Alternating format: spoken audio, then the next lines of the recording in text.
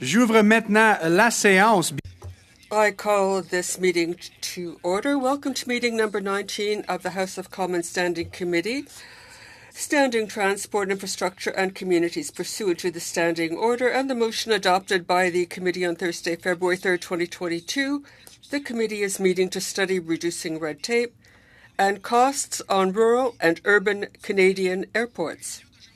Today's meeting is taking place in a hybrid format, pursuant to the House Order of November 25, 2021.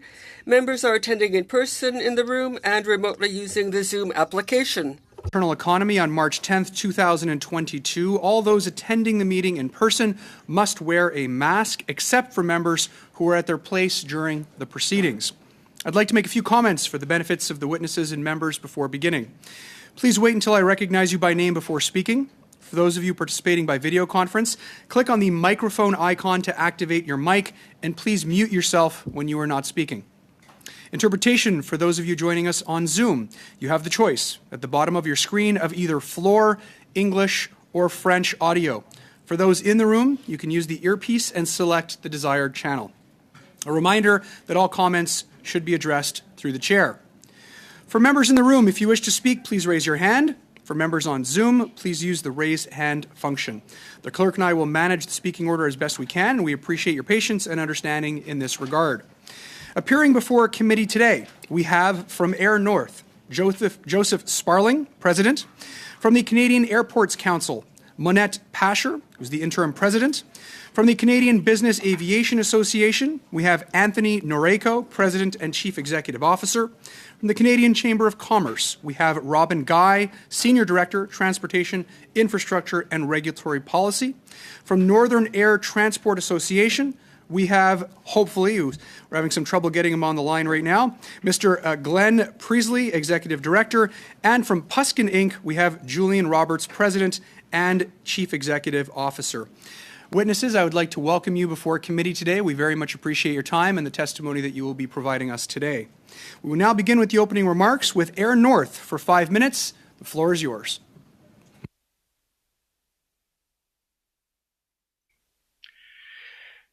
Good morning, or good afternoon, I guess, and thank you for giving me this opportunity to speak with you today. I'm Joe Sparling, President of Air North Yukon's airline. We are a regional airline based in Whitehorse, Yukon. We currently provide scheduled air service between Whitehorse and Dawson City, Old Crow, Inuvik, Vancouver, Victoria, Kelowna, Edmonton, Calgary, and seasonally Yellowknife, Ottawa, and Toronto. Because people like to travel, airfares are a popular topic for conversation, and more often than not, the conversation involves some unhappiness with what is perceived as high airfares in Canada. This, notwithstanding that the individual who's unhappy with the cost of an air ticket might easily spend an equivalent amount on dinner and entertainment without batting an eye. There's simply no comparison in terms of the complexity or cost of the two products, yet airfares seem to take all the heat.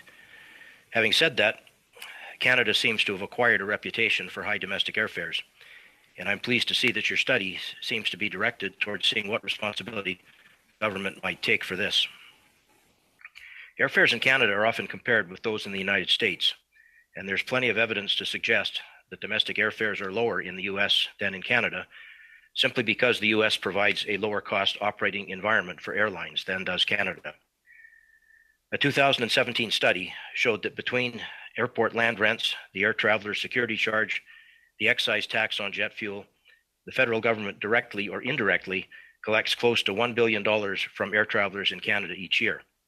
This amounts to almost $15 per passenger and compares with annual subsidies paid to Via Rail of about $500 million and annual subsidies of about $400 million paid by the U.S. government to the 9 largest U.S. airports. Higher federal costs and fees in Canada are a major contributor to average operating costs for Canadian air carriers, which are more than 30% higher than average costs for the 11 largest U.S. carriers, according to a 2016 Oliver Wyman study. This naturally results in higher airfares for Canadian carriers, which in turn makes it more difficult for Canada to be competitive as a visitor destination. This also results in more than 5% of Canadian travelers choosing to drive across the border to U.S. airport for their travel. Clearly, a major problem in Canada is not lack of a low-cost airline, but rather lack of a low-cost environment for airlines. A transportation network is very capital intensive, and clearly somebody needs to pay for the infrastructure and operating costs. But it seems that with respect to aviation, Canada has taken a different approach than the US and a different approach than with rail, highway, and water transportation. This may be because air transportation is viewed as more of a luxury than a necessity, but I think that our experience with COVID has shown us otherwise, particularly in northern and other rural areas. The Yukon represents about 5% of Canada's landmass, but with a population of just over 40,000 people, we represent only about 0.1% of Canada's population, which means that we average about one person in every 4 square miles. With a large landmass, a small population, a limited highway network, and with the nearest major center almost 1,000 miles away, Yukoners rely heavily on air transportation for the essential movement of passengers and cargo, and for economic development initiatives, primarily in the mining and tourism sectors. Other rural Canadians are similarly dependent on safe, affordable, and seamless air transportation networks for quality of life and economic prosperity. Because of this, it would be more appropriate to consider air transportation networks, particularly in the north, as essential infrastructure, much like highways, ferry systems, and railroads, and to fund airport and navigation services from general revenues rather than directly or indirectly from the users of these services. While to a large extent this ship has sailed long ago, it's not too late for the government to address the problem by providing flow-through concessions to airports and to NAV Canada, and by providing tax concessions to airlines. Finally, in today's environment, an air travel cost discussion would not be complete without addressing fuel costs, which have almost doubled during the past year, with the largest increases occurring in the last few months. It's disappointing that as Canadians, we've allowed our plentiful natural resources to be controlled by foreign interests.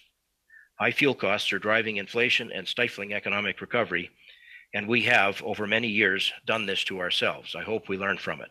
Thank you. Mr. Sparling.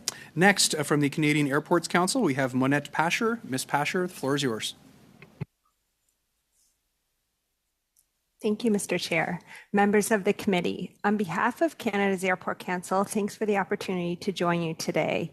It's a pleasure to speak with you about the ways our sector could benefit from reduced red tape and the steps that could be taken to ensure Canadians, both rural and urban parts of the country, will have access to affordable, competitive, and modern air transportation into the future.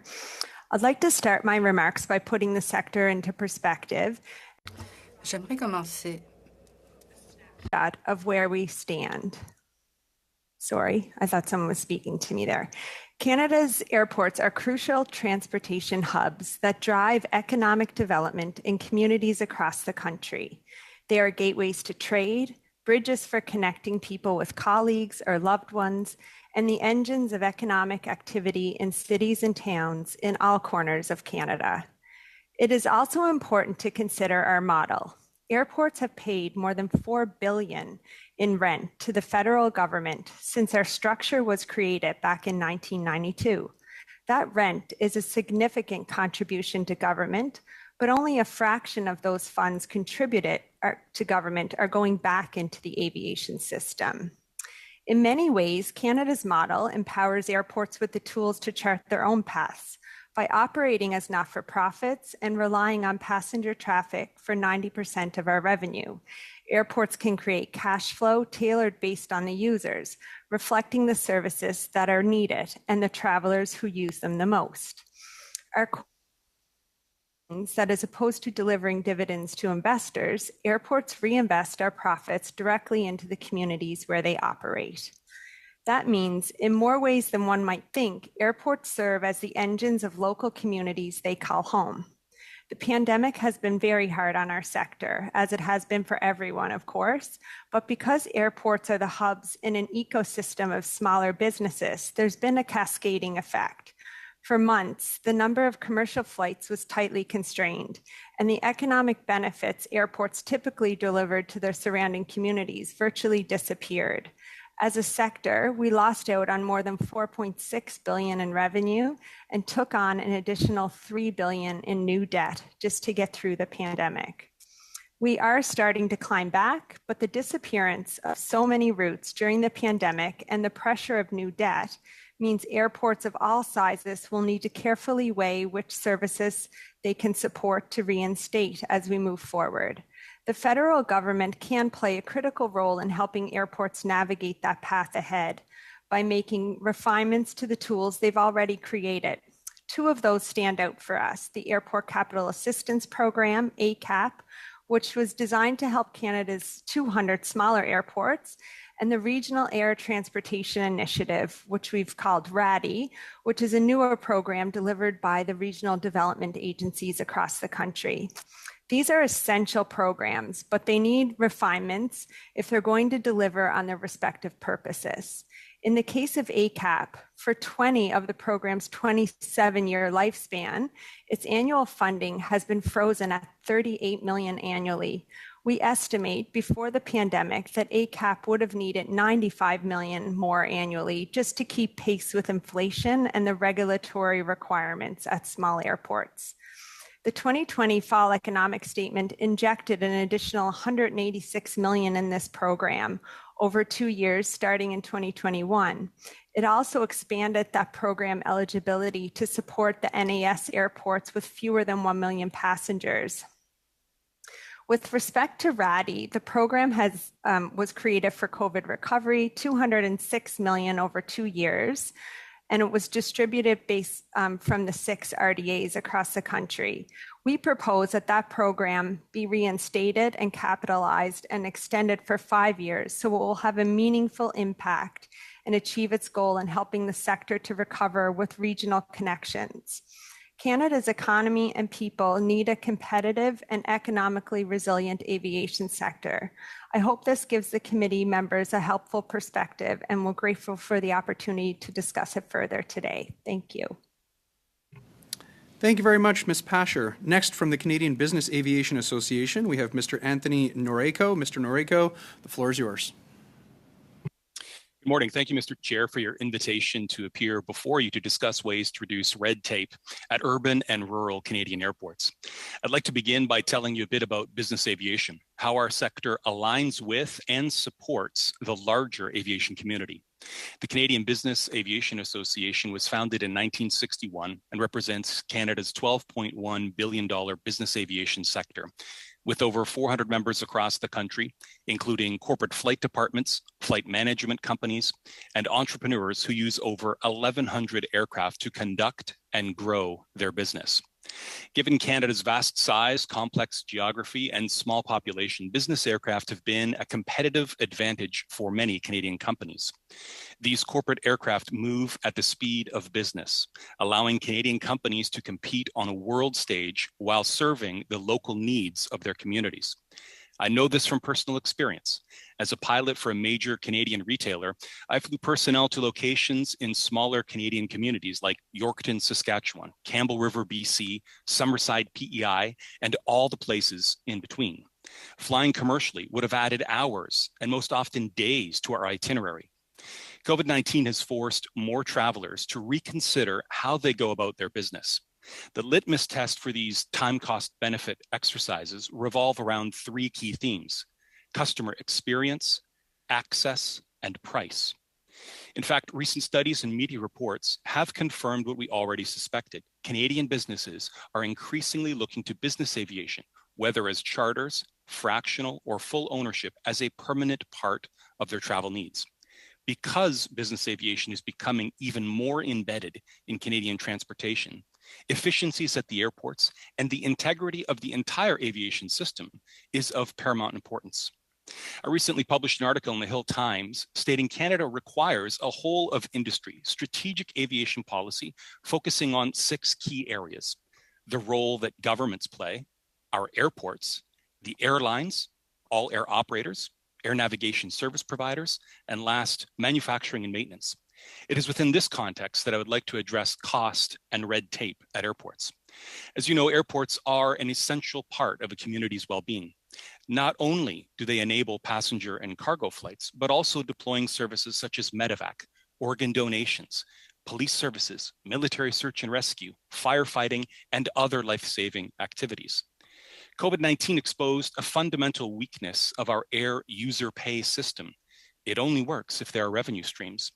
With demand down by over 90% for the better part of 2 years, every partner in the airport ecosystem, including the airports themselves, NAV Canada, CBSA, CATSA, they're all struggling to rebuild capacity.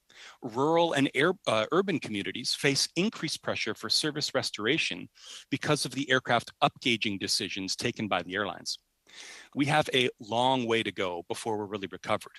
For example, it may surprise you to learn that not all CBSA airport stations are open. Since we are only a few weeks away from the peak summer holiday travel, this can and will have negative implications for local tourism and trade. After 2 years of painful shutdowns, we cannot afford to lose even one room night for anyone who wants to travel to and within Canada. International business aircraft arrivals are handled differently than for commercial, but are even more problematic. Business and charter flights are processed through the Telephone Reporting Center, known as the TRC. Our members are reporting system-wide difficulties of reaching anyone through TRC, causing delays that stretch into the hours. Combined with the delays we are seeing at some of the international arrival halls at airports, CBSA has to move quickly, or we risk harming Canada's international reputation as a place to do business. Another issue affecting the entire sector is downloading yesterday's costs on today's passengers. For example, New Brunswick did not have a single airport opened for international arrivals, even as Canada began to open other destinations such as Ottawa.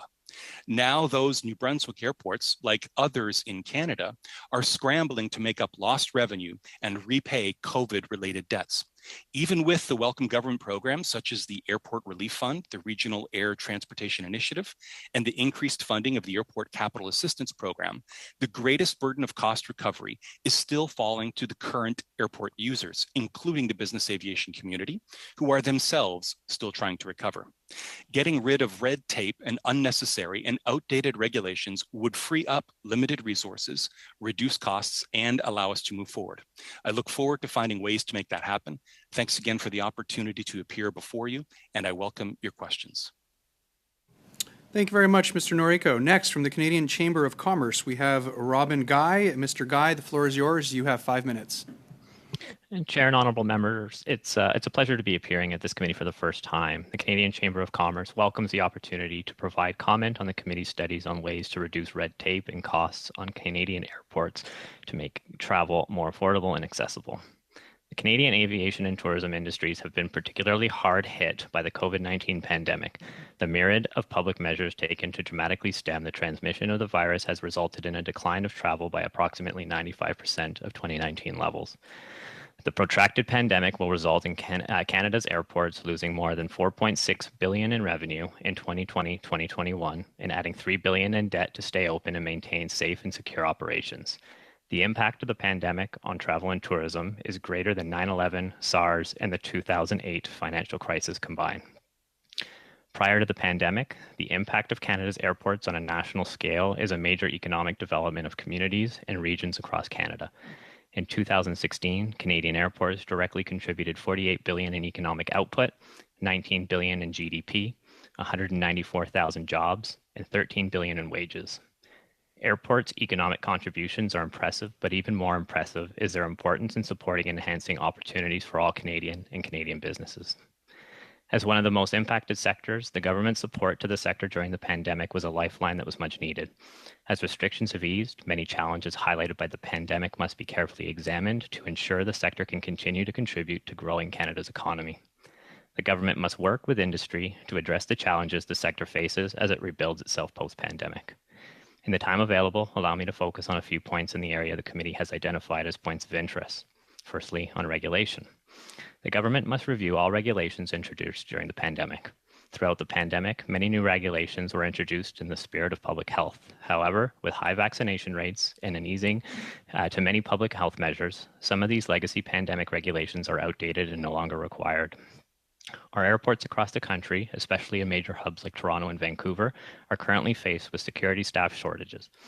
We are also seeing massive delays in processing passports and Nexus, which are being felt across our transportation system. These are costing our economy deeply and are hurting our international reputation as a top destination for tourism, international conferences, and sporting events. The responsible thing to do is for the government to undertake a full review of these regulations and remove those that are no longer required. Secondly, we need to ensure that our airports are able to operate in a post-pandemic world, which means investing in their health. More specifically, investments in our airport infrastructure, technology, and innovation. Low traffic volumes over the last 2 years have meant airports have had to delay much needed capital projects as revenues have declined. Programs including the Airport Capital Assistance Program and the Airport Critical Infrastructure Program have been extremely important programs that have been critical for Canada's airports during the pandemic. As the sector looks to come out of the pandemic, it's imperative that these programs are renewed. The Government of Canada should reconsider its decisions to merely defer 2021 airport rent paid by all airports instead of provide a full waiver of rent until travel numbers have stabilized, given the declining circumstances faced by airports, and would allow them to re-examine key infrastructure upgrades. By agreeing to this, the government will allow airports to focus on capital investments on much needed new infrastructure and innovations.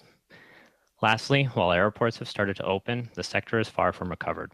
Recognizing the importance of travel and tourism sector to the national economy, and the government must work with the sector on a vision towards recovery. We must look to creative and better ways to increase the passenger experience and make travel more affordable and accessible. We need to ensure as best as possible that passengers have a seamless experience from couch to cabin, check-in to arrival at Canada's airports. The committee should examine what other jurisdictions, such as the United Kingdom, European Union, and Australia, are doing with regards to ensure Canada's rules and regulation are strengthening our transportation system. For example, the Trusted Traveller program has been successful at facilitating faster travel for low-risk individuals. Canada has not taken advantage of this program to the same degree as our partners to the south. In the US, TSA PreChecked is a way pre-cleared travelers to navigate security faster, reducing bottlenecks at security checkpoints while continuing to keep our country safe. These simple methods are ways to promote better experience for all users, and there are opportunities to grow these programs at the different airports across Canada. Thank you again for the opportunity to address the committee, and I look forward to your questions. Thank you very much, Mr. Guy. Next, from Northern Air Transport Association, we have Mr. Glenn Priestley. Mr. Priestley, the floor is yours. You have 5 minutes. Thank you, Mr. Chairman. I'd like to start by complimenting the committee for taking on this extremely important study. At NADA, we're gratified that the parliamentarians are willing to dig into such complex issues, and we wish you success. NADA is certainly not the largest aviation organization you hear from, but we're probably the most colorful. I was reflecting on this last week during our safety forum in Yellowknife when one of our members described in rather detailed requirements to report to Transport Canada when an aircraft collides with a caribou. I do not think you'll hear this from any other association. Our members fly over forbidding and spectacular landscapes and conditions most Canadian aviators will never face, serving communities with no other means of transportation. I'd like to address the issue of red tape in the terms of reference. For us, that's regulation, mostly safety regulation. But as you parliamentarians know very well, there needs to be balance. Because while every safety is critical to our industry, every year you vote on national budget that divides the government spending among hundreds of very important priorities. I'm sure you'd often like to give more money to every one of them, but you have to prioritize. In recent years, the aviation sector has been wrestling with regulatory organizations which seem to have forgotten how to do that. Notwithstanding the terrible impact of COVID on our industry and employees, we face a cascade of new regulatory measures, all imposed at once.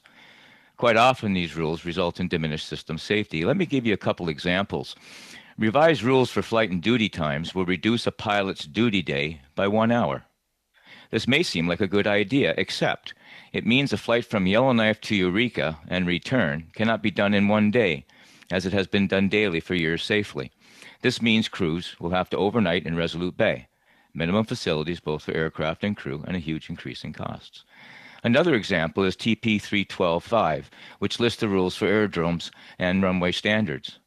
Many northern airports in Canada were built in the 1970s, no longer meet the revised standards that is referenced in the international standards.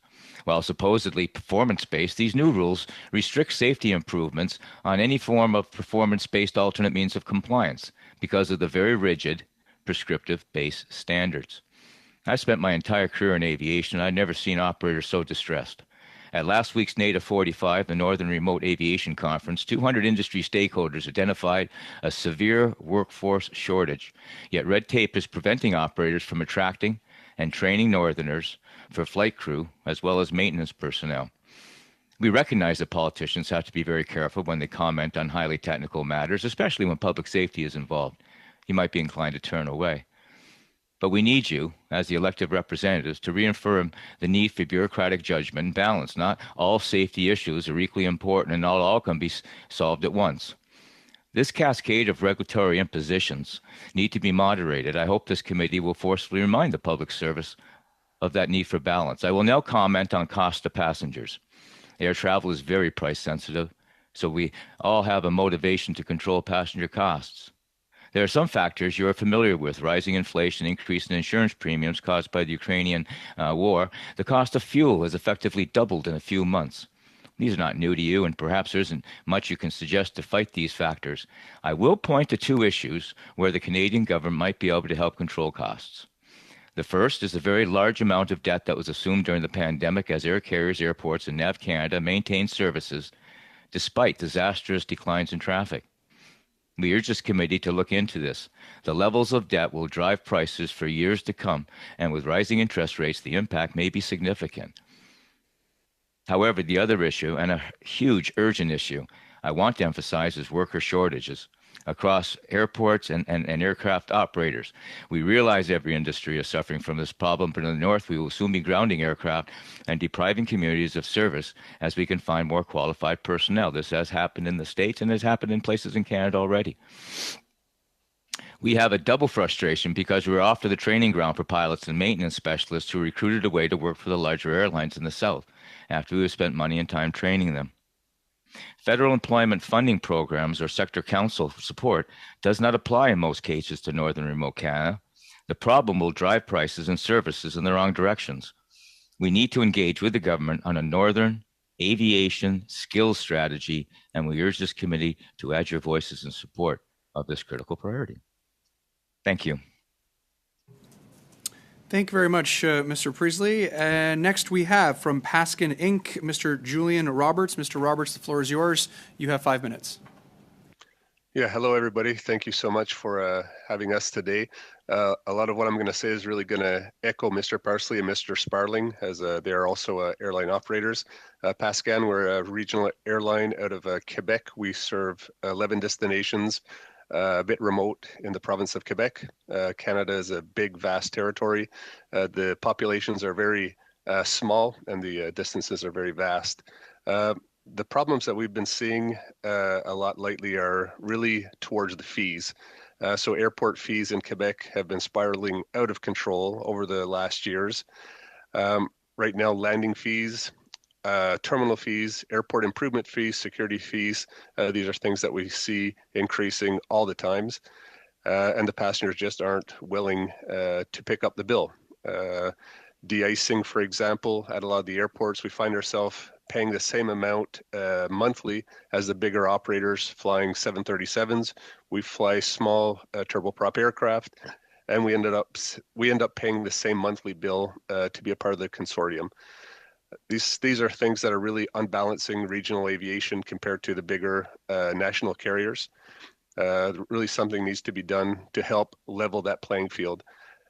Landing and terminal fees, if you give, for example, a small turboprop under 40 seats, we're paying $240 versus a jet carrying over 100 passengers at $306. It's really hard to allocate that extra cost over so few seats. That's driving the ticket up quite a bit.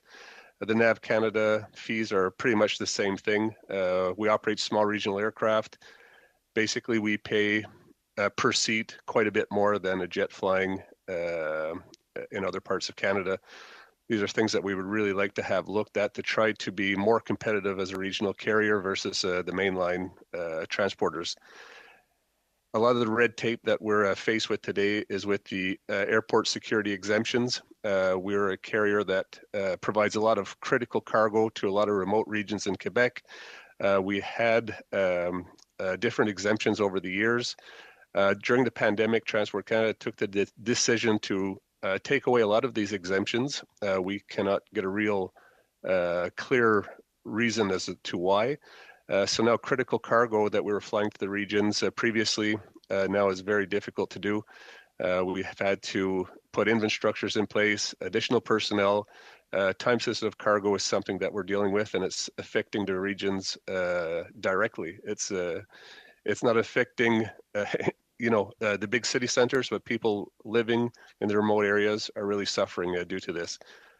In the same token, on the exemptions, we used to have a security exemption allowing us to fly passengers that were flying out of non-designated airports to designated airports. And now those passengers have to get off a plane each time that they arrive in a designated airport. Pass through security, pick up their bags just to take the next flight. Actually, it's the same flight to their final destination, making things really difficult and costly for people in the regions to fly. Again, like Mr. Priestley and Mr. Sparling spoke about the flight and duty regulations for us, it's catastrophic.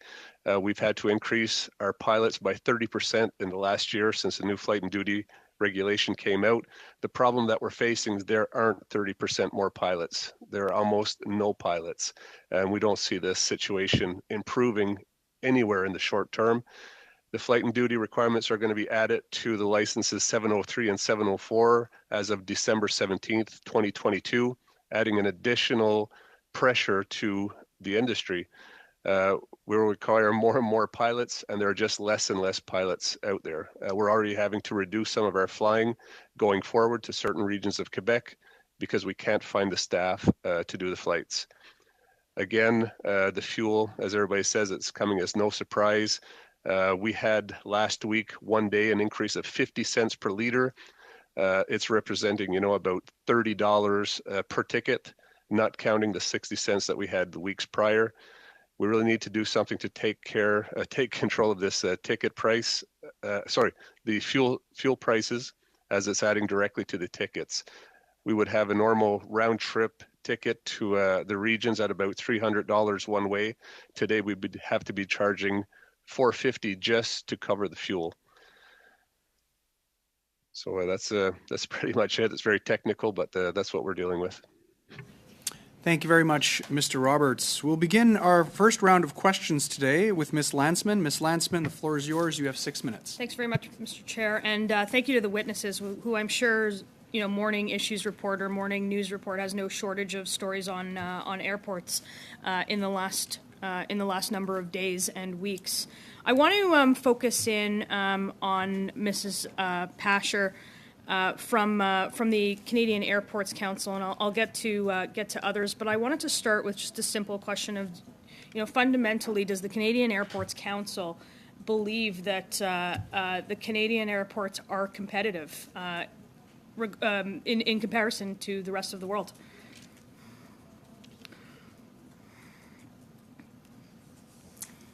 Thank you, Mr. Chair. Thanks for the question. Am I okay? We can hear you fine, Ms. Pasher. Okay, great. After 2 years of restrictions, demand is starting to bounce back, and that is good to see. But certainly, in terms of what we face throughout the pandemic, competitiveness is an issue for aviation in Canada. I mean, we only need to look as far as what's happened in the U.S. and how they were supported. Our U.S. airports received $40 billion in COVID support and infrastructure support, whereas our airports in Canada received about $1.4 billion in direct support for COVID recovery and infrastructure. So when you look at the US and their population to Canada would be about a 10-to-1 ratio, but support for aviation does not match that. So I think competitiveness is an issue. If you look at AIF and AIF increases for airport improvement fees over the pandemic, some airports have gone up by $4 up to $10. And, really this is about being able to afford our infrastructure for the future. Our airports have taken on an additional $3 billion in debt, billion. And that is not to invest in infrastructure. That is purely just to get through the pandemic and stay operational so that we could deliver vaccines from coast to coast. So I wonder if competitiveness is a challenge. I wonder if we can step aside from the pandemic. While I understand that it's been difficult on airports, but places like Minneapolis and Charlotte and Atlanta are massive hubs And Canadians, I don't think, would think of those cities as anything akin to, let's say, Toronto, where we've got the center of banking and media and the largest population, and certainly larger than all three of those cities individually. What would make you more competitive? What would make something like Toronto Pearson more competitive so that we have hubs like Minneapolis, Charlotte, or Atlanta? What's so different aside from the pandemic? Because they were hubs before that. Yep, it's our cost structure. So our, airports are required to pay federal rent. In a good year, up to $412 million, I think, was the highest we paid annually. So that investment, that our airports are contributing to the government of Canada is going back into federal coffers. And really, I think we should be looking at aviation like an economic enabler. We know that Pearson is a global hub and could be even better. And it plays an important role in our supply chain as well. And I think we need to look at ways we can encourage that and keep costs as low as we can. I mean, our airports are essentially not-for-profits. They're non-share capital corporations. And the more, it's a closed-loop system, the more debt we take on, then the more debt that's coming back to the passenger, and the more expensive we are for aviation in Canada, the more expensive it is for Canadians. So it's really quite that simple. I have a couple quick questions, just because I know that I'm going to run out of time. But you mentioned that the airport structure that we have was brought to Canada in 1992 or in the early 90s. Would you support that model today if we were to do that again? Yeah, I think there's so many great things about our Canadian aviation model, and I would support it. Do I think there needs to be tweaks? Absolutely. And I think could be tweaks to make it less expensive for Canadians. And I think government is a partner in delivering that, right? Our national airports are on federal government land, and we've paid, over $4 billion in terms of lease payments to the federal government over that time. And I think, how can we move forward and say, okay, we're partners in aviation, we're partners in creating a global hub for Canada and getting our goods to market, and how can we make this less expensive for Canadians moving forward? I do believe our not-for-profit model has a lot of value. What does anybody else in the world have the same model as Canada? Oh, good question. I think a lot of places started with our model and some have slowly evolved. We've done a lot of work in looking at this. Sometimes they've evolved into forms of privatization, moving forward to fully privatized. But when we've looked at this in the last few years, we've noticed that a fully privatized model will actually be more expensive. And because we already are a high cost place to travel in Canada, it'd be a challenging way to go. So I think we need to look at ways within our own model of how can we make it better? How can we make it more efficient? How can government be a partner in doing that?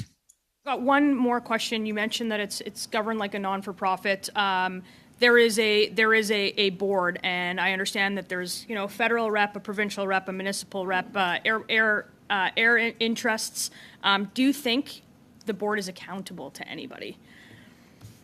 Yeah, absolutely. I think our boards are accountable to our communities. When you look from coast to coast, they really are representative of our communities. And I think our boards do a great job in governing Canada's airports and looking to the future and best practices at how we can grow aviation here. Thank you very much, Ms. Pasher. Prochainement, nous avons Monsieur Iacono. Next, we have Mr. Iacono. Mr. Iacono, you have the floor, 6 minutes. Thank you, Mr. Chairman. And I welcome our witnesses. My first questions are for Mr. Robin Guy and Mr. Gagnon. How do your members, how did they go through the pandemic? And what are the main lessons that you drew from the pandemic?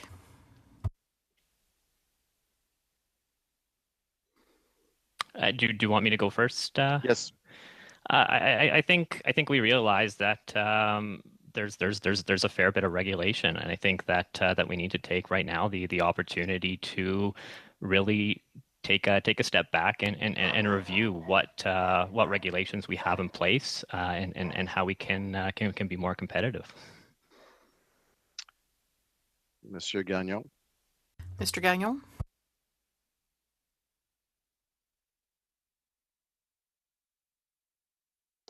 Oui, est-ce que vous m'entendez? Can you hear me? Yes, we hear you very well. Thank you for the question. Listen, in Quebec, we were very lucky because the provincial government at the beginning of the pandemic implemented an aid program for regional carriers, a program for essential services. So it allowed us to provide a minimum level of service in certain regions. Quite honestly, if we had not had that aid program, I'm not convinced that we'd be here today to talk about it. So it was a very good initiative. When we compare ourselves to what happened elsewhere in the world or even elsewhere in Canada, we think we were highly privileged. The approach in other countries was to implement programs for large airlines, big carriers, with the anticipation that there'd be a trickle-down effect onto regional carriers, which is not necessarily the case in most countries. When you compare the regional carrier market in Canada versus the US, it's not the same at all in terms of population to be served. Even across Canada, it's not the same everywhere. In Quebec, Pascan, we have small populations of 10, 15,000 people that we're serving. That's not the same as transport in Alberta, where there are links between Edmonton and Calgary, for instance, where you have 300,000 or maybe 1 million people in metropolitan Calgary. So the issues aren't the same. We look to the future with a great deal of apprehension. My colleague, Mr. Roberts, discussed that. The shortage of pilots is the biggest issue. My next question for Mr. Guy once again, what do you see as the future for regaining the volume of passengers? How does this compare to projections, and what were your estimates last year, for example?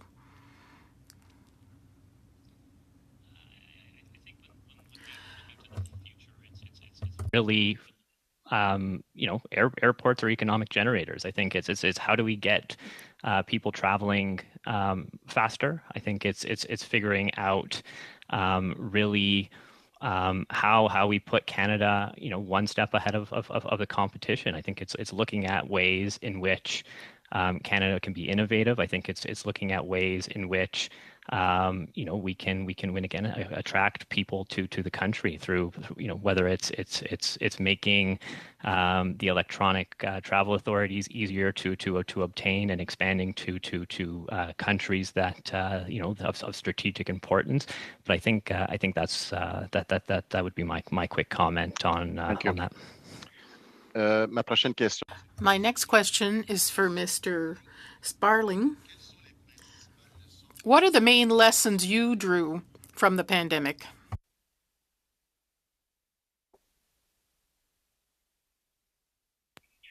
Well, I think what our region learned, what Northern Region learned, is that air transportation is not a luxury, but rather a necessity. The first thing we did when COVID hit was we started cutting back our schedules. And within a week, we heard from the government, well, my gosh, we need more service. We have medical supplies to move. We have medical travelers to move. So we added back service, even though it wasn't paying its way.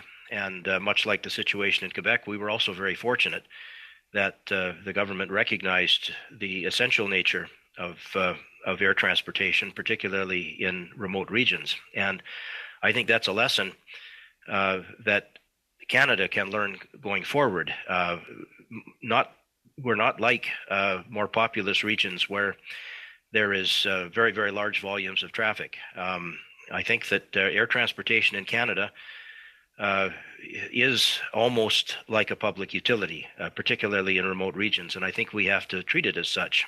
We don't have toll roads, toll highways in general in Canada.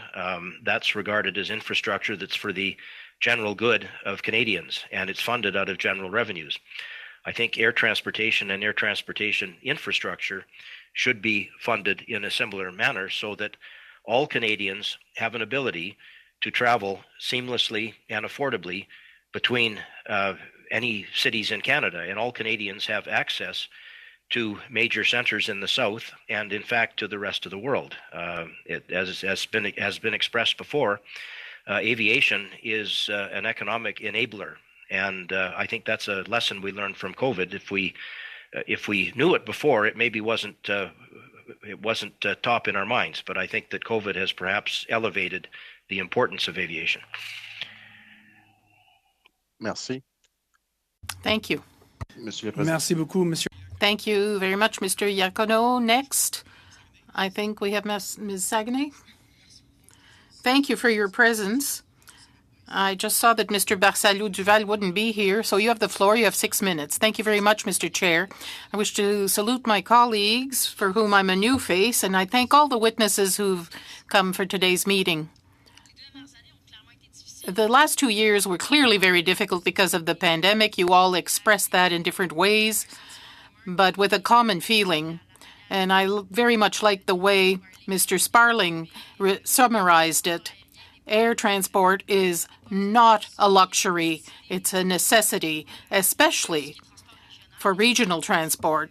And that's our view, too, at the Bloc Québécois. Anything that's regional transport is definitely very important for us in order to serve remote communities. I'd like to put a question to Mr. Roberts or Mr. Gagnon, whoever would like to answer, about the fact that during the pandemic, Air Canada cut many of its regional links. I'd like to know whether the fact that things have picked up again is something that means that these links will return, and how do you feel about that competition? Oui, merci. Yes, thank you for the question. Air Canada, as people will recall, is not just in Quebec, it's throughout the country. At the beginning of the pandemic, Air Canada reduced its regional service considerably. In Quebec, most of the regions were abandoned, with the exception of Noranda and Sept-Îles. Air Canada took advantage of this situation to sign agreements with other carriers, such as Pascan Aviation, which meant that for the residents of regions that are no longer served by Air Canada, that they'd have some way to connect on our flights and have access to international flights either through Montreal Trudeau or Quebec City. I know Air Canada signed similar agreements with other carriers throughout Canada.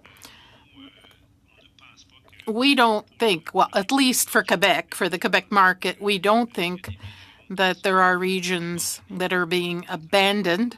On the contrary, we see more competition with other regional carriers. Thank you. So to follow up, do you think that that type of alliance is a solution to better serve the regions? I think it's the way forward for the future.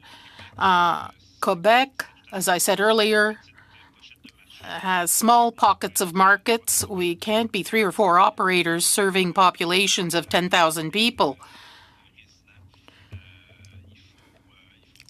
We have to see how each carrier can optimize its network to offer service that is more affordable. So competition, well, people often say there'll be more competition, therefore better prices. That's not necessarily our viewpoint. We think that often competition, especially from a major player, kills off small players. And then they have a monopoly and prices go up. Very good. We do agree, the monopoly in this case, if ever Air Canada had a monopoly in the regions, it would give them a competitive edge over transport in the regions. It would not be good news for the smaller air carriers. That leads me to this question. Can the government do something to try to help, to make sure that this kind of alliance works? Is there something we could do on our side?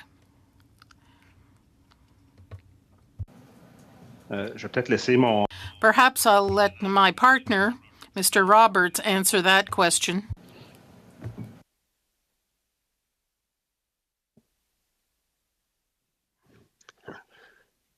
Oui, bonjour. Yes, hello.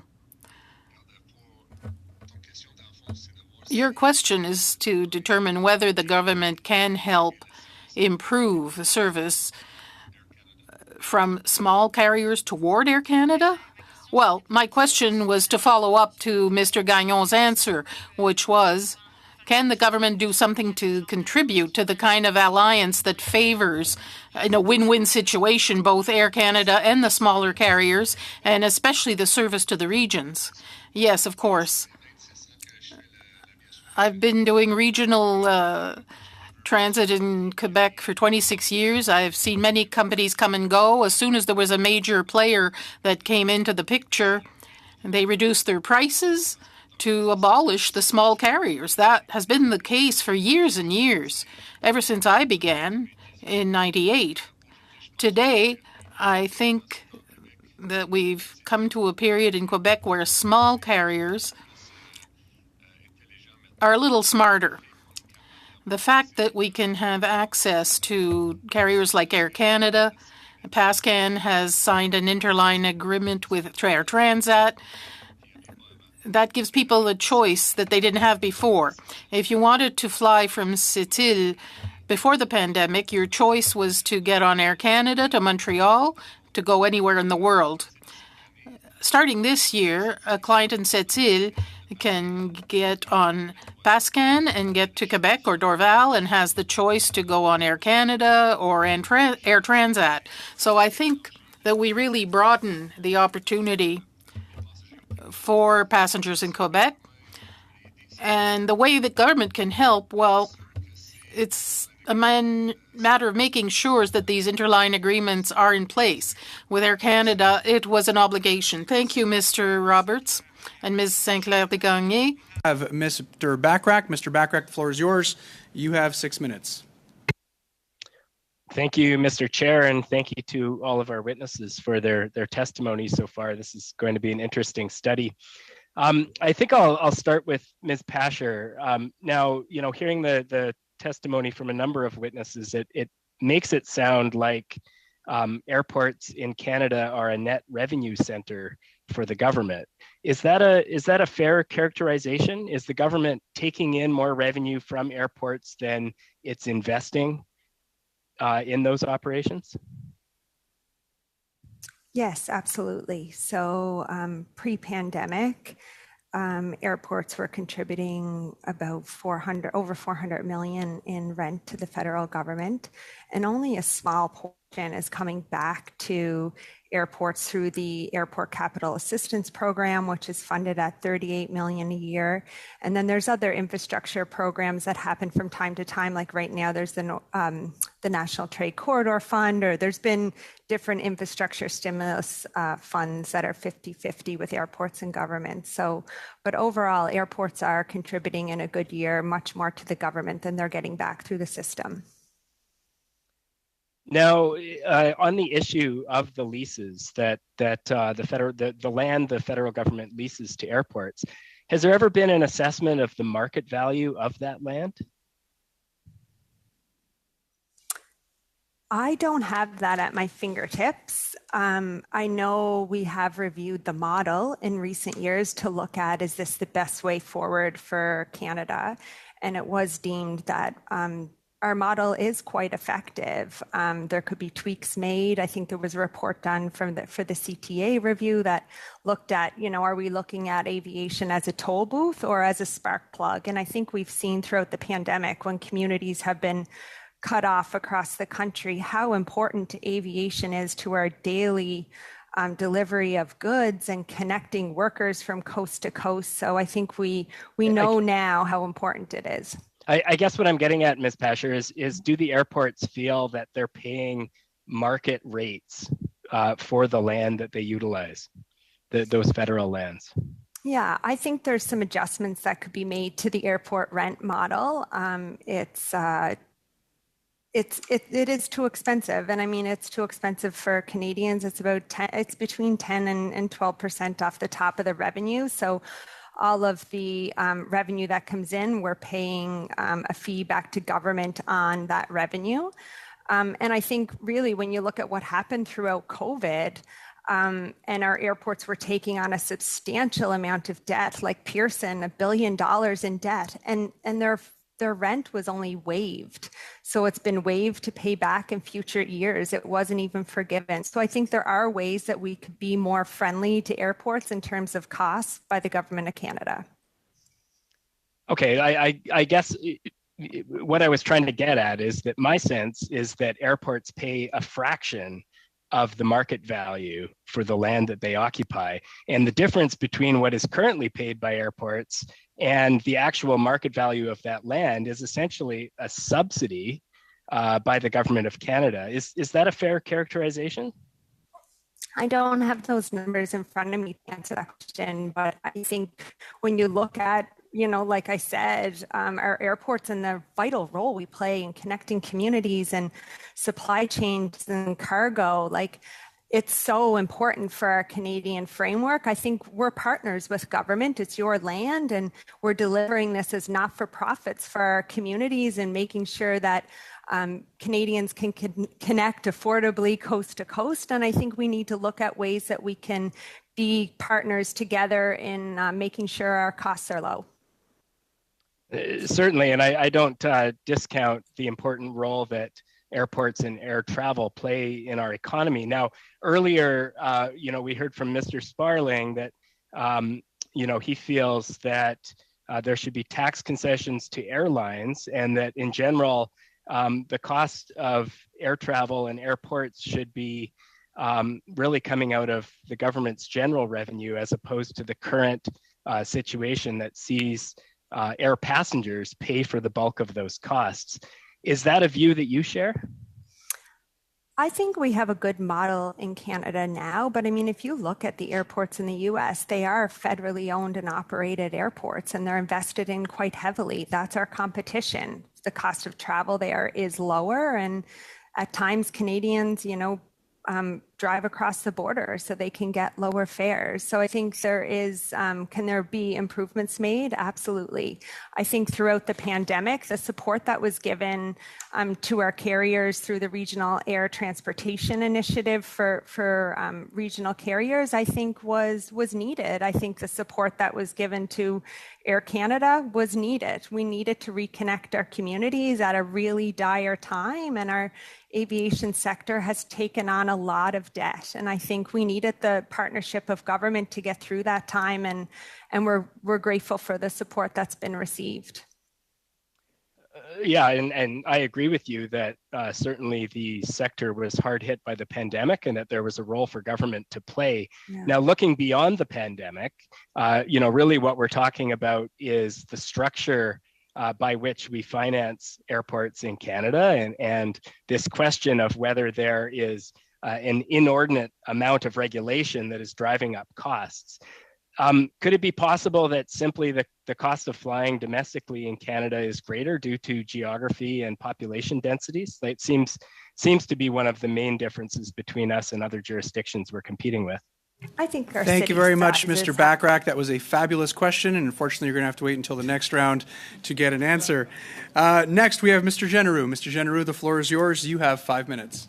Thank you, Mr. Chair. And if just a quick few seconds before I begin, just to commend the translators today. There's been a few very fast speakers, and I think they've done a remarkably well job, at least from my perspective. So I wanted to take my time to do that.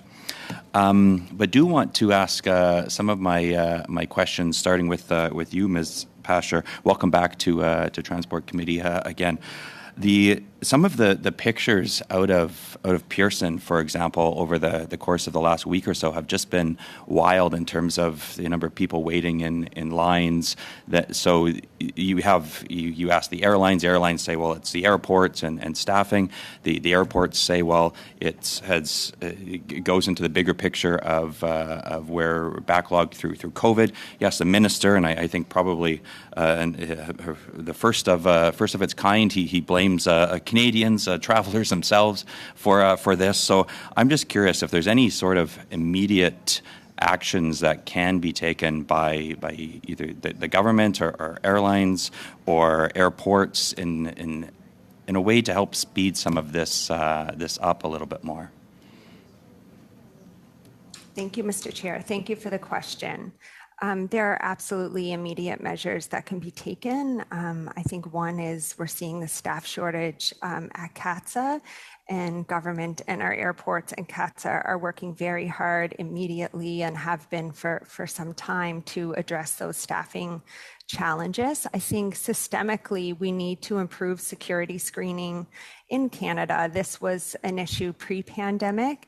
We need to look at risk-based screening. We need, similar to what you see in the US with PreCheck, trusted traveler programs. We've been so on the PreCheck, Ms. Pasher, is PreCheck something that you as the airports can do alone, or that needs government support similar to the Nexus program?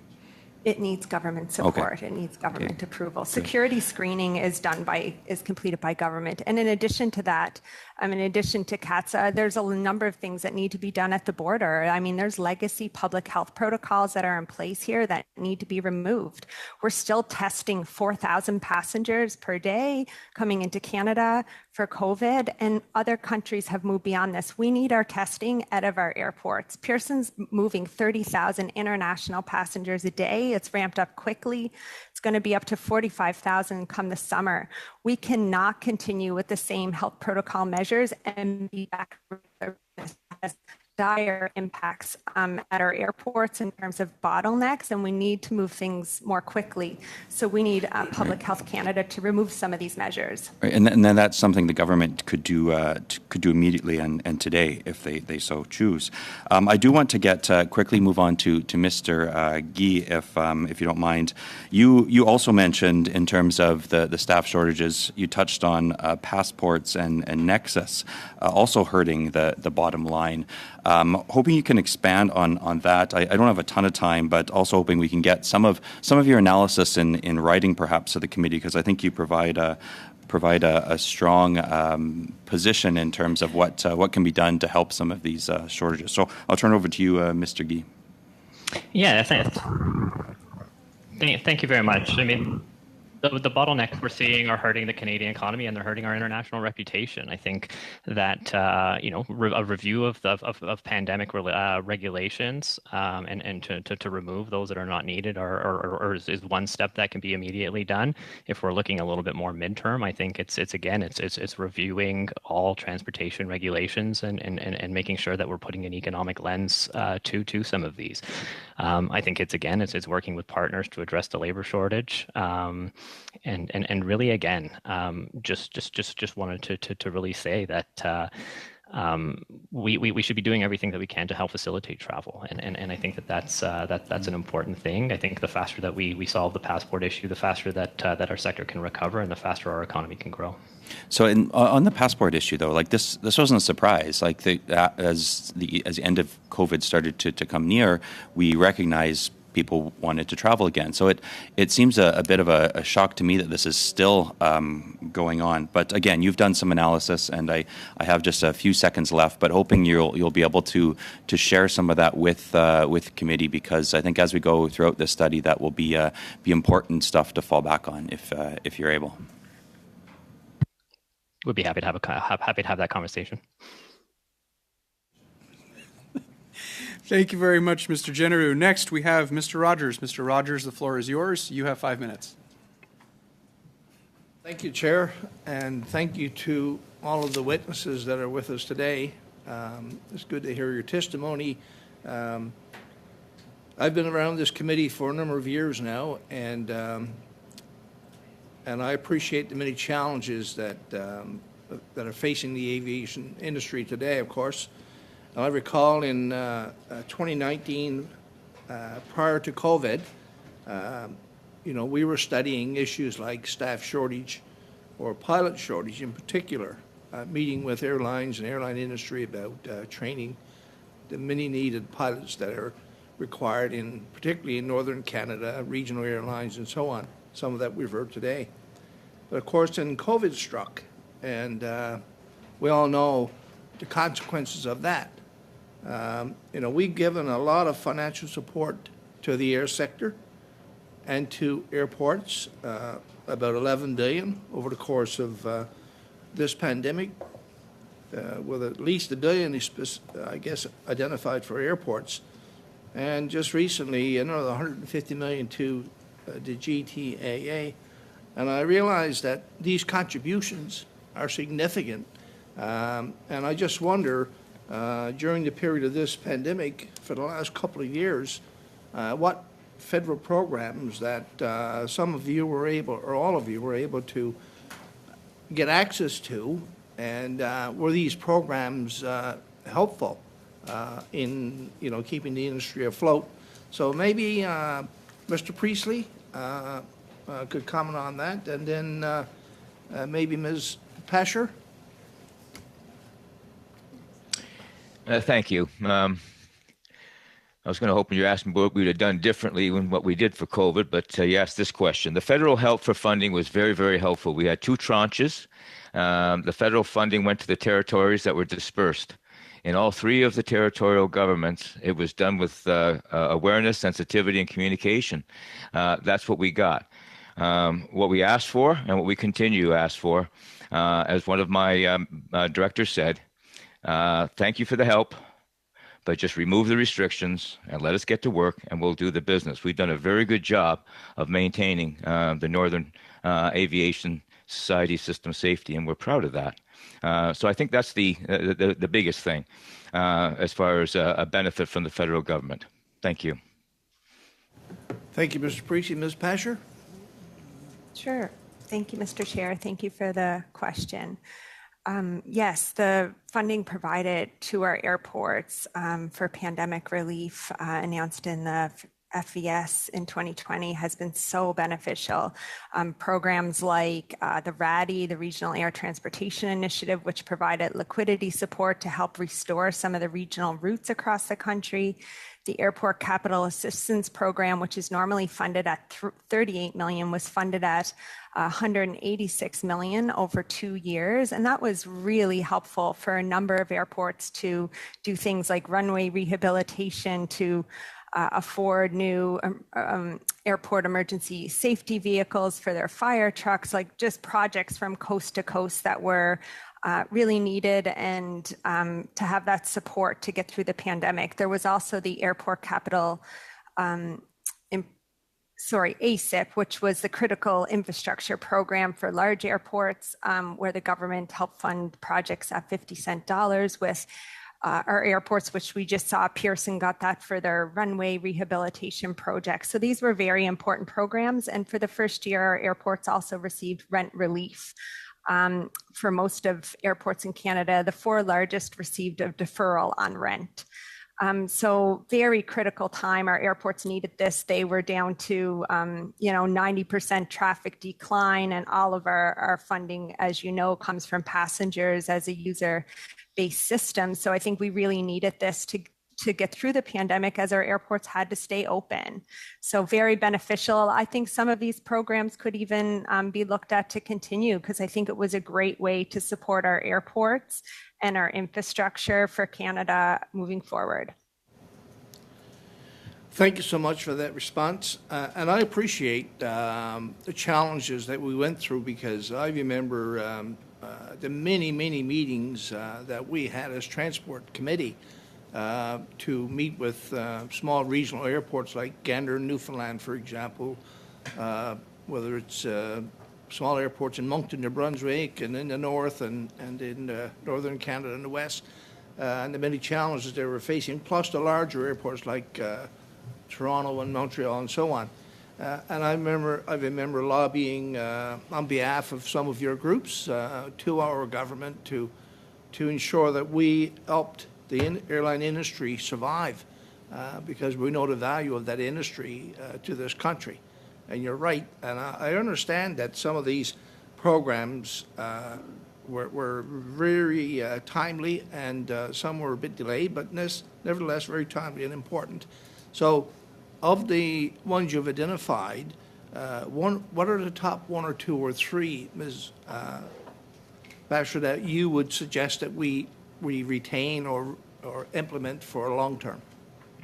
Unfortunately, Mr. Rogers, we don't have time to hear the response to that wonderful question. However, I invite Ms. Pasher to perhaps submit that response in a brief or by email. Prochainement, nous avons Madame. Next, we have Ms. Saint-Clair Desgagnés. You have the floor. You have 2.5 minutes. Thank you. I'd like to get back to the statements made by Mr. Roberts or Mr. Gagnon, but especially Mr. Roberts in his introduction. He talked about cost structure. He gave many examples that were maybe unfair to small carriers. I'd like to hear more about that point, please. Yes, thank you very much. If we look at airport costs in general, there are landing fees, improvement fees, and so forth. If I had flown a large jet in Quebec City area, it's not very practical because we don't have the population for that, but I'd pay far less compared to small regional carriers. Just to give you an example, in mathematics, if I have a 30-passenger plane, it costs me $240 to land in Dorval versus a large jet with 100 passengers pays $306. So there's a major gap between the two. Cost per seat. Yes, I'd have a question about that. Do you have an explanation as why it's so unfair? Well, what we've heard over the years is that you need a minimal fee. Unfortunately, the minimal fee for us is very close to the fees that the large carriers get charged. It's the same for NAV Canada. We're in the same kind of scenario with them. We pay per day $15,000. It's $1,486 to be exact. If I had a 140-seat plane, 737, 700, for example, that's $2,006 per day. So not even $100 difference, but I can take 4 times as many passengers. So the cost per passenger is so high. What we're facing at Pascan is almost 40% of the ticket price doesn't stay with Pascan. It's just taxes and fees. Thank you very much, Mr. Roberts. And Ms. Saint-Clair Desgagnés, next. Bachrach. Mr. Bachrach, the floor is yours. You have 2.5 minutes. Thank you, Mr. Chair. I think I'll stay with Mr. Roberts because I'm interested in this same issue, particularly representing a rural region where there are regional airlines that are trying to serve rural passengers and at times face disproportionate costs. I wonder, Mr. Roberts, if you could speak to what structural changes or what changes in regulation you feel would address these inequities that are hurting smaller carriers when it comes to the airport costs that are imposed. Yeah, I think one thing really quickly that could be done is that we bring it down to seat, not per aircraft weight or aircraft size, you know. So if everybody's paying the same per seat, it's more it's equitable, right? Just to give you an example, we started to fly out of the Dorval, Pierre Trudeau Airport to be able to give access to our regions to international flights. We start to our operation there last summer. The first thing we received is a $20,000 bill monthly to have access to de-icing in the winter. So this is a monthly charge of $20,000. Come to find out, I'm paying the exact same fee per month as Air Canada Rouge. I'm flying a 33-seat aircraft. It just doesn't make any sense. So that amount per passenger for me, it's just it's out of control. And people in the regions are always saying, oh, it doesn't make sense. I can't fly from a region to a city center for less than I can go to a city center, all the way to Paris. And they're right, but the cost structure is just so huge. And the farther we get out in the regions, the more expensive things become. The fuel goes higher. We could be paying today $1.80 a liter here in Montreal versus in Gaspé, we're paying $3.15 per liter. It's just no longer feasible. if it continues this way, we will not be able to continue to operate. And I know I'm not speaking for just Pascan. This is an issue all across Canada for any regional operator. Another issue that we're seeing, and I talked about it earlier, a lot of the things that have come out of the federal government over the years, it's kind of a one-size-fits-all kind of a rule, you know? So we're going to put a rule in place, we're going to make a law, and okay, it's for aviation, without taking into consideration that there's a lot of different levels of aviation. You have Air Canada aviation, then you have a Jazz level operation, then you have small regional carriers. The flight and duty regulations that were put in place by Mr. Garneau, they were a one-size-fits-all. So now I think it was either Mr. Sparling that he had mentioned earlier, you know, last year I could take a pilot flying from Montreal to Felmont. He could do the return trip in one day. Now he can't. I have to leave those guys in Felmont all day long. They spend the whole night. They can only fly out the next afternoon. I'm telling you, they're not less tired. They're more tired than they were before. Thank you very much, Mr. Rogers. Unfortunately, we're out of time for that segment. Next, we have Mr. Dowdle. Mr. Dowdle, the floor is yours. You have 5 minutes. Thank you, Mr. Chair, and I too want to thank everyone for being here today for this important topic. I guess from what I've heard so far, I would say during all of the speakers, I guess if two words were to sum it up, it would be frustration and deep concern, I guess, for the industry moving forward.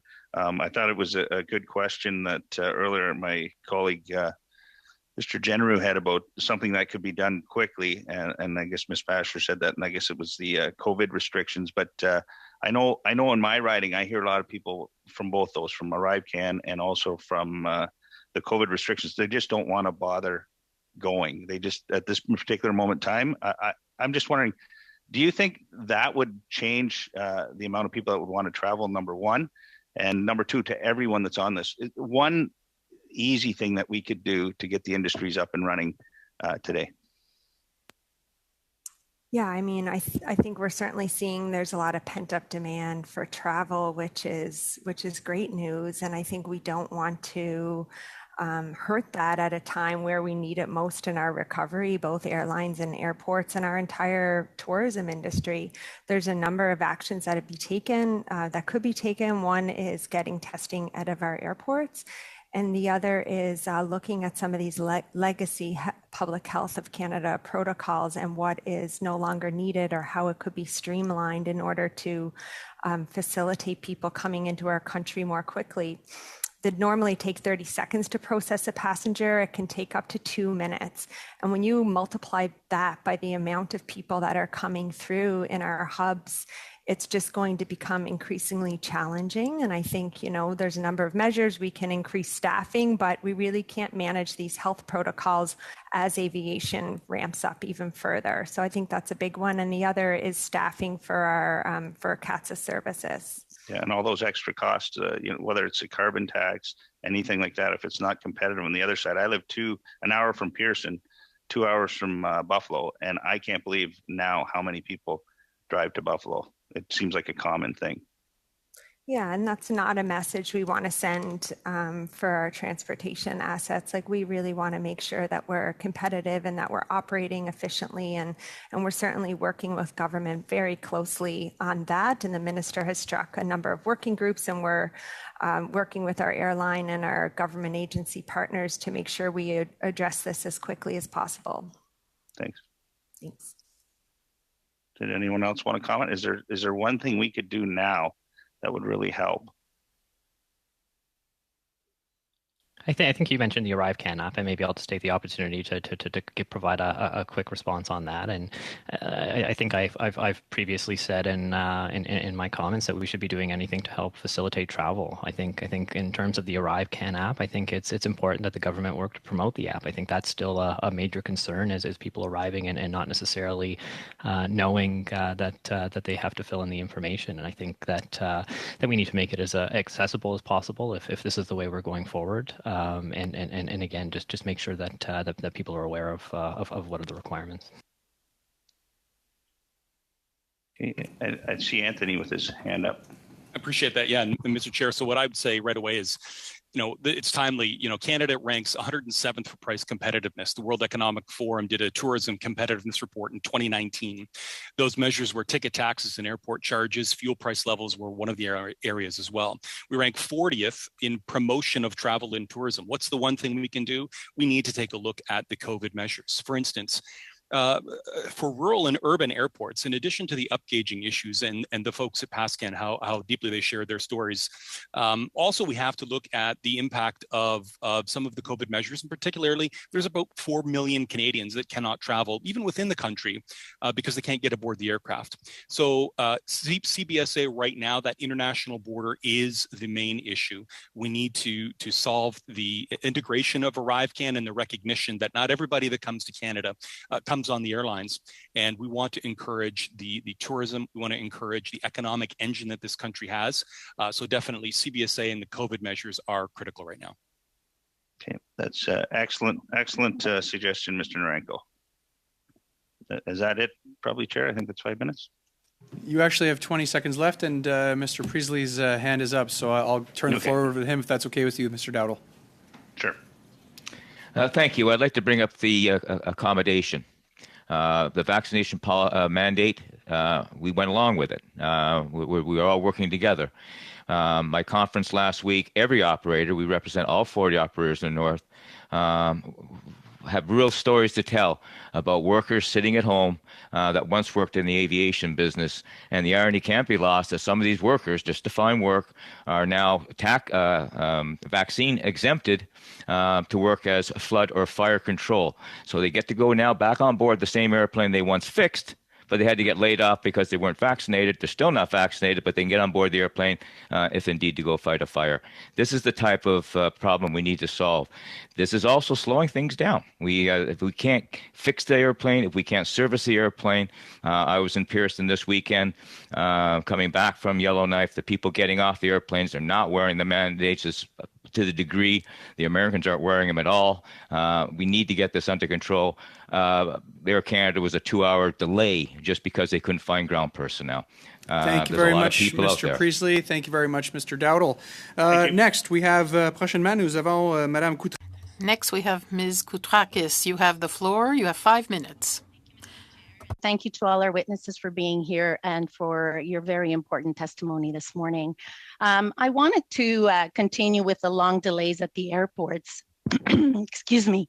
And I wanted to share a personal story, and I wanted to correct, some of the comments that were made earlier when my colleague, Mr. Genereux, was quoting our minister. This has received a lot of media attention, and I think it merits to be corrected. I think what our minister was trying to get at is that it's not only one issue whether there's lineups at the airports. And, to his comments that he says that perhaps the delays of rusty travelers, passengers, I can attest, having been witnessed. I was traveling from Quebec City to Ottawa 2 weekends ago, and I noticed quite a few times the CATSA representative coming to the front and saying and reminding all of us that please remember to remove the liquids from your bags if you're bringing them online, remove your electronic devices because all of this delays the process. So I think that was the point that our minister was trying to make with his comments. Certainly, he was not trying to place the blame on the passengers. So with that in mind, I was wondering if Ms. Pasher, Mr.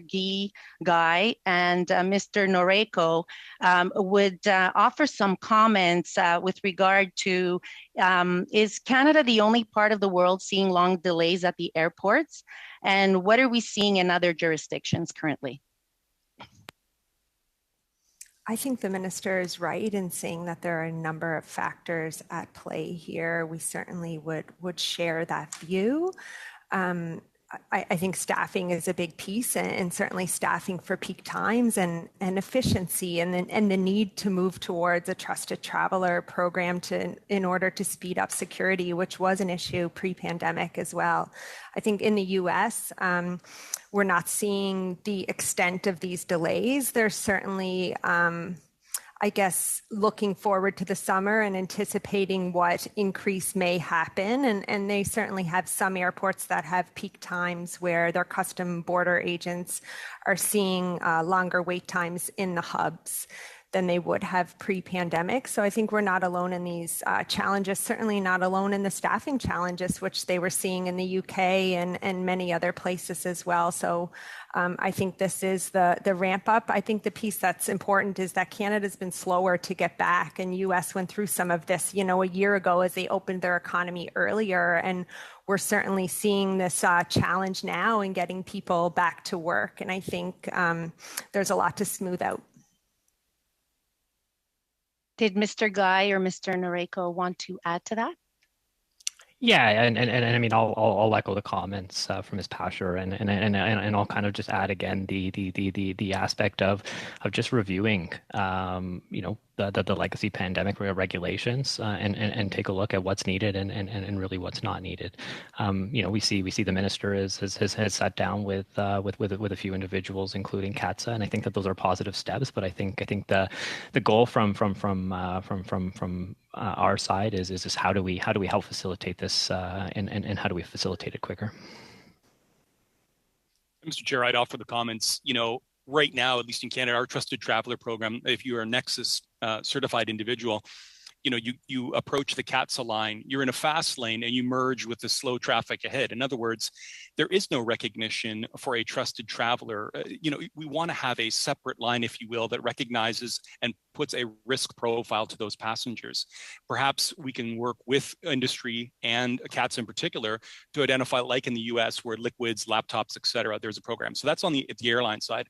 On the commercial side, or at least with respect to the charters and business aviation, the critical issue is this: transborder trade.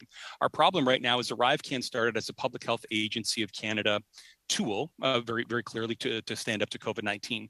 As it transitions to CBSA, the challenge is this: airports across the country that facilitate trade, economic activity, everything from all across the country. Right now, the way the process works is you need to make 2 phone calls to CBSA officers. The first phone call is as the pilot in command to report who you have aboard, their declarations, et cetera, all their information. The second call needs to happen once you arrive at the destination.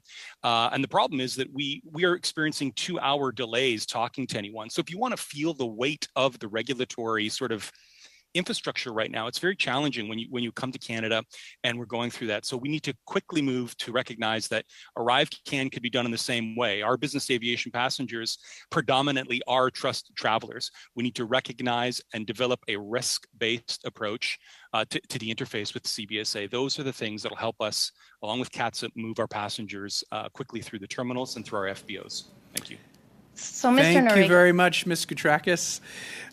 Next, we will go on to Mr. Muse. Mr. Muse, the floor is yours. You have 5 minutes.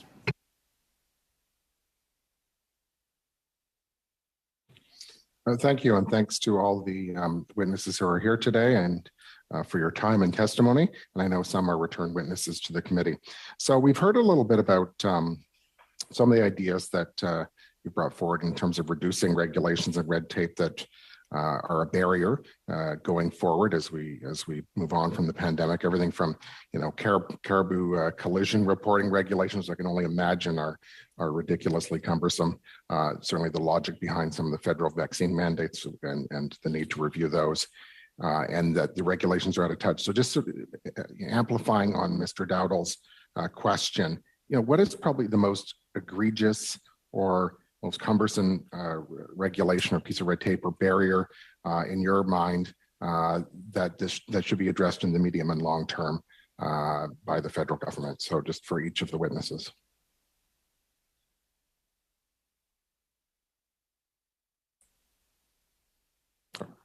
All right. We can start with Mr. Priestley. Mr. Priestley, we'll turn the floor over to you. Thank you. A bit repetitive, but I wish we can get that accommodation for employees who have been laid off because they wouldn't get vaccinated for whatever reason. There's a workforce shortage, and there's a skilled workforce available. I think there's a solution that's obvious. Thank you. Okay. Mr. Chair, I'd add certainly on that question. definitely the COVID regulations right now. I mean, today, the 16th sees the European Union, for instance, remove its mask mandate. Now, in totality, we understand the reasons why these things came about, but it is time now to find a way forward. Why? Because the frontline employees that interface with our passengers, think of the challenges. You go from the United States to Canada, let's say, as a transporter passenger. Down there, you don't need it. Here, you do. You can't board a flight domestically because you're not vaccinated. We need to find a way forward. That is the number one challenge. It's getting beyond COVID. Thank you. Why don't we turn it over to Mr. Sparling, followed by Ms. Pasher. The flight and duty regulations are probably the most troublesome for us. We spend a lot of time and effort trying to address them. I think the consultation on the regulations themselves was inadequate. They're advertised as a science-based approach. They were anything but. In fact, disagreement with the scientists, a very closed-minded approach, and it's costing industry money at a time when we're in pilots are in short supply, has been observed before. So, I'd like to, that for us is the most troublesome regulation out there now. Ms. Pasher? I think I might have stated this a few times already, but really removing the mandatory random testing that's happening in our airports would be the most cumbersome burden that we're facing right now that's leading to bottlenecks. Our airports have stood up this testing quite quickly, worked alongside Public Health Canada when our borders needed these measures, and I think we'll be prepared to do that again. But really, as we ramp back up to travel and want to support economic development throughout the summer, we really need to move this testing off-site. And Mr. Guy. Yeah, and I think just after a major event, I think the government should always undertake an assessment on the lessons learned to better understand what it did well and what it could do better next time. So I would just challenge that. I just quickly say that identify what are the outliers in regulations that may not exist elsewhere, and simply then putting an economic lens to regulation to make sure that we are being competitive with our regulation. And so if I could just amplify what some of my colleagues have said, we certainly welcome written submissions on suggestions for areas of red tape or pain points or hurdles that you're facing. That helps in the construction of the recommendations and the report that comes out of the committee. So again, encourage that of all witnesses. I was struck by the comment that we're 107th in competitiveness. And the other thing that struck me was the fact we're training workers here and then losing them to the U.S. So any additional comments on that?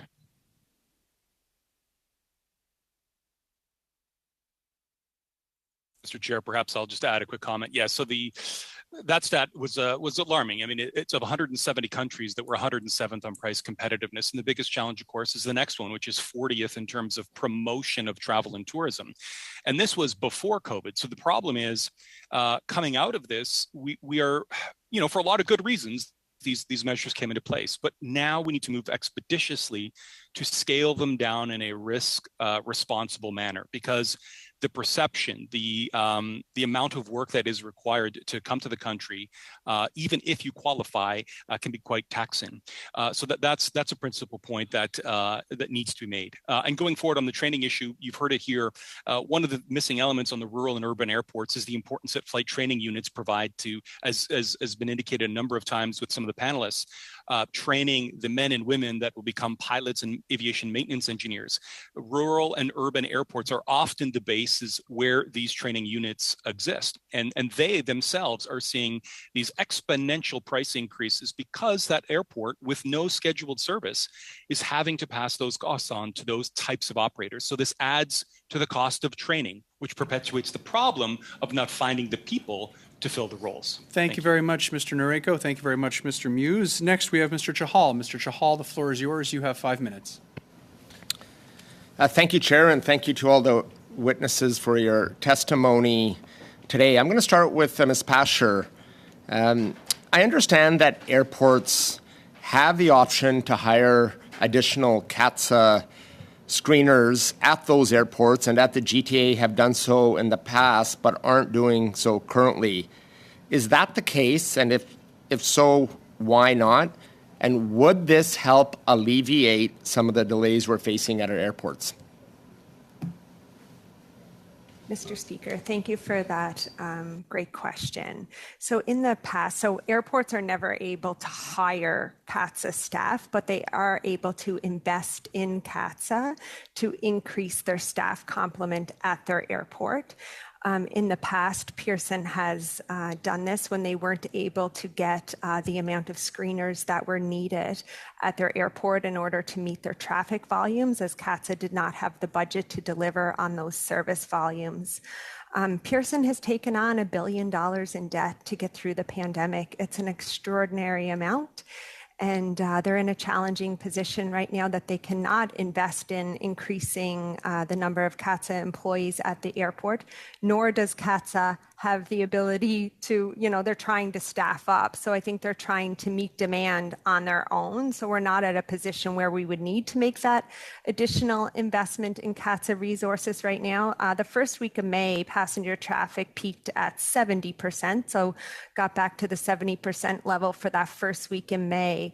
We're expecting in the summer seat capacity in July to be back to 90% in Canada. That's seat capacity. So there's a big ramp up to happen here that needs to take place. And I think we do need to look at how do we adequately fund CATSA and move forward to support our airports and the growth that we're seeing. So further at the airport, further staff would help alleviate some of those delays, and the airport does have some mechanisms to do that. I do have one more question, Ms. Pasher, for you. We've seen a lot of conversation about the variants and how the government needed to take action to identify and trace those variants that were entering our country previously and still could be now. We know there's mechanisms to trace variants through wastewater, but the airports are an important part of tracing and identifying those variants. Would you disregard advice of public health officials, experts, regarding vaccine mandates, random testing, or mask mandates on airplanes at our airports and with travel?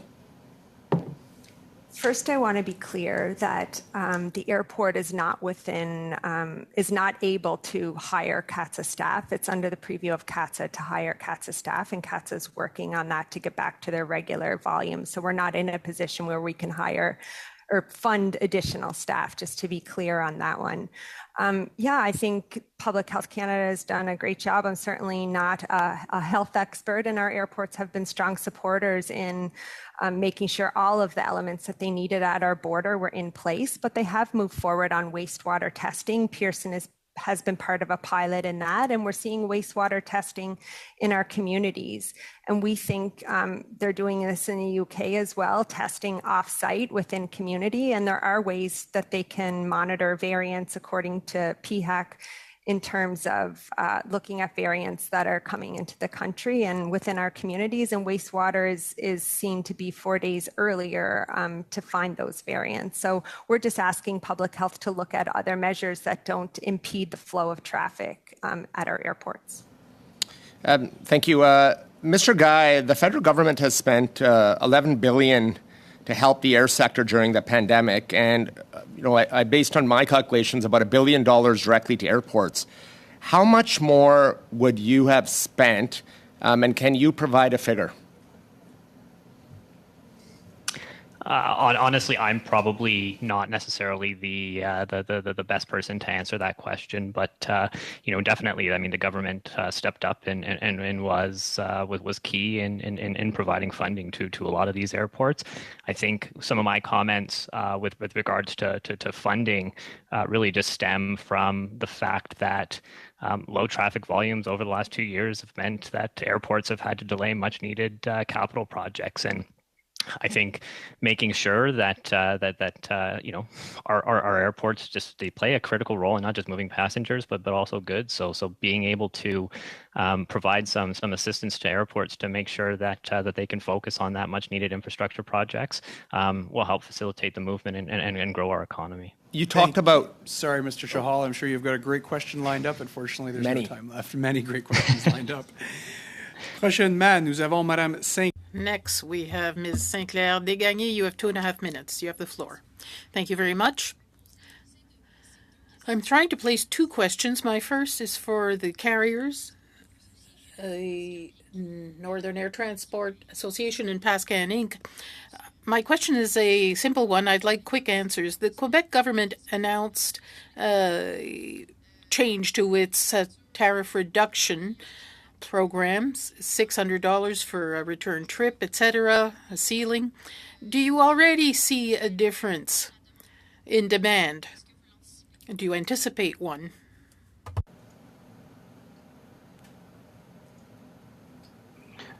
Oui, merci pour. Thank you for the question. This is brand new. It just started. There are two measures. There's the $500 return ticket program for the regions. The modalities are still being finalized. The tickets will be for sale as of June 1st. The other one is an improvement of an existing program, the airfare reduction program for inhabitants of remote regions. So the government is increasing the limits under this program. So yes, we anticipate that in the medium term, there will be more travel. The challenge for operators is not necessarily more travel during the summer season, which is taken for granted more or less. It's to have an increase in volume that is constant and consistent 12 months a year. Unfortunately, nobody has a crystal ball at this point. We cannot anticipate whether the effects of this program or these programs will provide those effects. Of course, we can't see in a crystal ball, but one can suppose that it will have a positive effect in the medium term. So my next question is for Mr. Sparling and Mr. Priestley. Should the government imitate Quebec with the ceiling on costs and the reimbursement of regional transport by plane? I've never been a fan of subsidies, but the Quebec program is interesting. It is a way to keep regional costs affordable. Quite frankly, I think if we address some of the other issues, such as the interline issue that was brought up by the Pascan gentleman, I think that we would have a much easier time competing without subsidy. And I would like to point out on that matter, this very committee in 2000, I believe, made a recommendation that the recommendation number 12, report number 1 of the Tran Committee, recommendation number 12, the government require as a condition of approval, and this is when Air Canada was going to gobble up Canadian, the government require as a condition of approval that a dominant carrier negotiate interline agreements under commercially reasonable terms and conditions with all new entrants and existing carriers in the domestic market wanting such agreements. This recommendation was never acted upon, and we've been advocating for just that, mandatory interline agreements between all carriers in Canada. Thank you very much, Mr. Sparling. Fortunately, the time is up. Next, we have Mr. Bachrach. Mr. Bachrach, the floor is yours. You have 2.5 minutes. Thank you, Mr. Chair. I wanted to direct my next question to Ms. Pasher, and this question is about, you mentioned the efforts by CATSA and their contractors to restaff and to ensure that there are enough people, and I understand that they're having challenges in doing that. Could you speak to why that is, what the challenges CATSA is facing in restaffing are, and in particular, whether the wages and the work conditions in that particular sector are adequate to recruit and retain skilled staff? Thank you for the question. I'll answer to the best of my ability, but I'm not CATSA nor the government, and it's a government agency, but I guess I can speak to the challenges. I think CATSA is facing hiring challenges that many in the tourism industry and the hotel industry, we're hearing it across the country, are facing in terms of getting some of those frontline workers back to work. And it is a position where it takes months to train and get up to speed in terms of security. And they're having to bring new people on board and train them. And they've been working on that for months. So we faced a peak in travel coming back quickly. And I think in terms of CATSA getting through their training, we're not quite ready to deliver.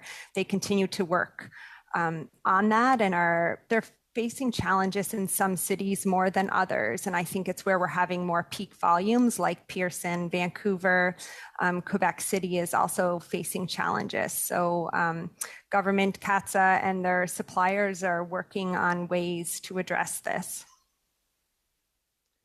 Thank you, Ms. Pasher.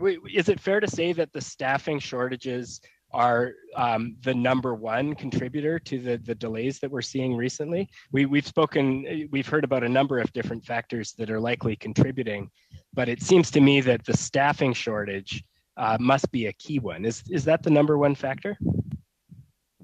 There are a number of issues facing this in terms of efficiency and screening at peak times and throughput. And that's why we need to create a trusted traveler program in Canada that has benefits like the PreCheck in the US. We did face these challenges pre-COVID, but yes, it would be my view that staffing has been our number one concern. And hopefully moving forward, we'll be able to address that quite quickly. Thank you very much, Mr. Bachrach, and thank you very much, Ms. Pasher. Next, we have Ms. Landsman. Ms. Landsman, the floor is yours. You have 5 minutes. Oh, thank you. I actually just want to go back to something on staffing shortages, and perhaps Mr. Noreko and Mr. Priestley can answer. And given that there are countries in the world who have gotten rid of testing and mandates, and there's certainly no evidence here that public health advice is saying that we should keep them. Can you please talk about how many people you think in your universe were either fired or are on leave because of these mandates, and does that contribute to the staffing shortage? Mr. Priestley, we can start, or Mr. Sorry, perhaps. So I think what I've seen is, number one, with respect to international crew members. So, it's one thing to understand Canada's regulations. It's another to say the international crew members that are coming into Canada face there is no exemption for crew members, let's say, on the vaccination front. It's often said, I think it's important to suggest that while we may not be medical experts, what we are experts on is risk and understanding the probability and the severity of risk. And that's with the lens that we should approach this issue and the others that are facing rural and urban airports. We do have a number of operators within our membership that have had to provide accommodation. And what that means basically is they're not flying. And that is the case, but it is not a large percentage. But what it does is it speaks to, it was mentioned earlier, the toll booths. There are a lot, in fact, every 10 feet, there's another road check that you got to go through. And it's very, very challenging. And I think if we look at it from a risk-based approach, there is I think a better path going forward, but that's the extent of what we've seen. And Mr. Priestley, if you can weigh in on that. Thank you. Canada's north is about 40% of Canada. It's the size of Europe, and a lot of people don't realize it's got about 200 to 250 aviation assets. If I say 10,000 workers all up, would I be far off? I don't know. But a lot of them are very small operators. We're talking about your traditional float plane and business like that. If it's 10% drop of the workers who are unvaxxed in a company of 10, that's a very important one person that is now working from home. And many of these are owner operators. The societal problems this is causing far exceeds the benefit gain. Now, I'm speaking about the employees, not the passengers getting on board the airplane. I just feel that I know we have people sitting around across Canada that we need back in our business. It's what we've heard. I just want to move on. I want to move on to Mr. Sparling because I don't think I got a chance to ask him this question. But I think it's commendable, frankly, what you've done with Air North. And I understand that coming into Pearson is a recent decision. I want to know why. And was it about cost? why wouldn't something that was homegrown and home built and a success story by every metric, why wouldn't you fly into Toronto? Was it demand or cost? Well, we have for a number of years pre-COVID operated seasonal service 3 times a week from Whitehorse, Yellowknife, Ottawa. We observed that a significant number of our passengers were actually traveling beyond Ottawa. So the Toronto service was simply replacing 2 Ottawa stops a week with 2 Toronto stops. So it's not growth or expansion on our part at all. It's simply trying to get back to what we were doing pre-COVID and trying to, I think, provide the North with seamless and easy access to major centers in the South. And conversely, to provide travelers in the South with easy and seamless access to the North. You mentioned cost. Toronto and Ottawa are now our highest fuel cost environments, and it's just an idiosyncrasy of the system, but fuel is cheaper in Whitehorse now, if you can believe it, than it is in Ottawa and Toronto. So I just wanted to make that point about cost. It's ironic. Oh, well, thank you. I don't think it's ironic. I think it's very purposeful. Unfortunately, we have I want to go back to the Canadian Airports Council. We've got a user pay model.